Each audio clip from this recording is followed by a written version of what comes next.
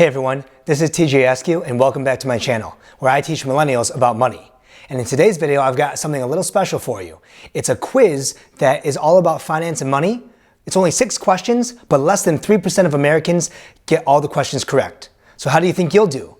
Let's get into the video and find out right now. According to CNBC, most Americans don't know the basics about money. And according to surveys and retirement IQ tests, there's a startling lack of financial literacy here in our country. So when gold banking rates put Americans to the test with a 6-question money quiz, less than 3% of respondents passed. Only 49 out of 2,001 respondents answered 5 out of the 6 questions correctly, which translates to about 83% or a B grade. And the majority wouldn't even get a passing grade on this financial quiz because they answered 4 or fewer of the 6 questions correctly, which is about a 66% success rate.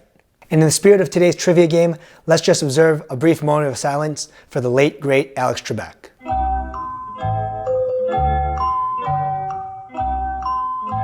And with that, let's get into the video. As you know, this channel is all about personal finance, money, and investing. So let's go through the quiz and see how many you get correct along the way.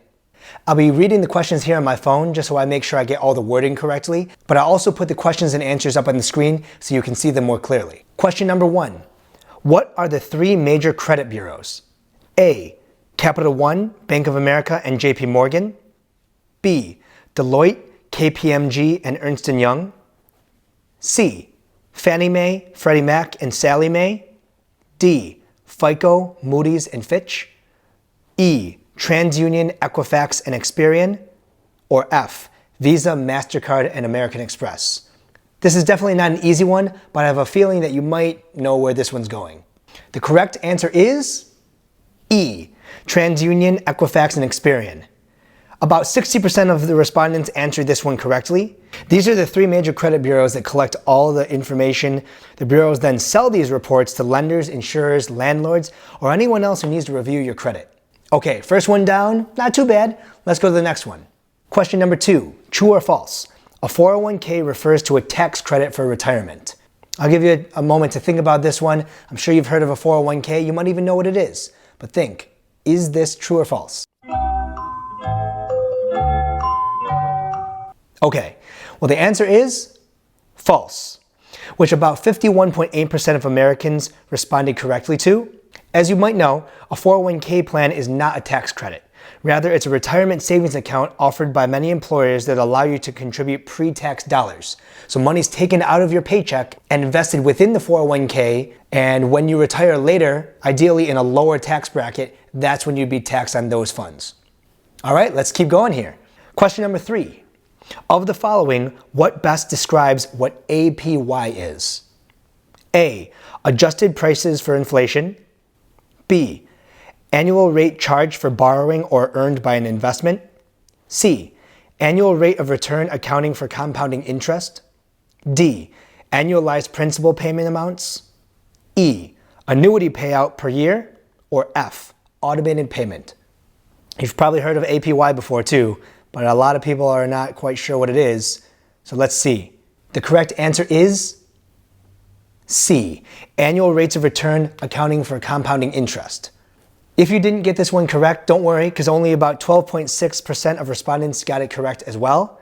APY, which stands for annual percentage yield, not to be confused with APR, which is annual percentage rate, takes compounding or earning interest on interest that you previously earned into account.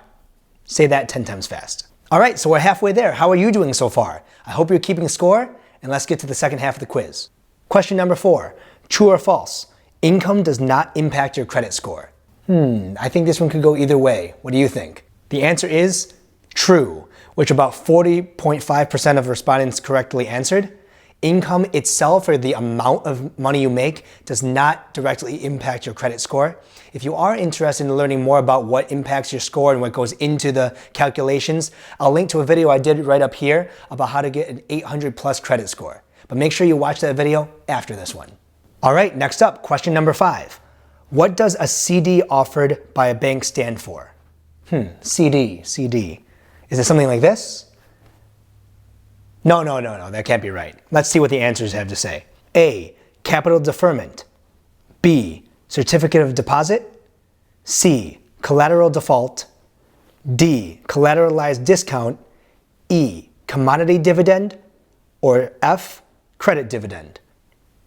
A lot of older Americans may know the answer to this because they have more experience in this area, but younger people are not as familiar with what CDs are, and so the answer is B, certificate of deposit. About 66% of people got this one right. A certificate of deposit is a savings account that offers a high interest rate with a fixed date of withdrawal. With a CD, you're trading convenience for interest. You agree to let your money sit tight for a set number of months or years, and if you withdraw your money early, you'll be charged a penalty. But if you can be patient, you'll earn about 2% or more interest rate. All right, here comes the last question. Little disclaimer, I don't really like how this one's worded and how the answers are laid out, so don't feel too bad if this one throws you for a loop, but let's get into it. The last question, number 6. What's the difference between a savings account and a checking account? Select all that apply. A, only savings accounts earn interest. B, a savings account can't be used for automatic bill pay. C, only checking accounts have overdraft fees. D, you can only transfer money from checking accounts to savings. E, checking accounts are designed for regular use. And F, savings accounts are designed for investing long term. So you really got to think about this one. There could be multiple answers. I'll give you a second to think.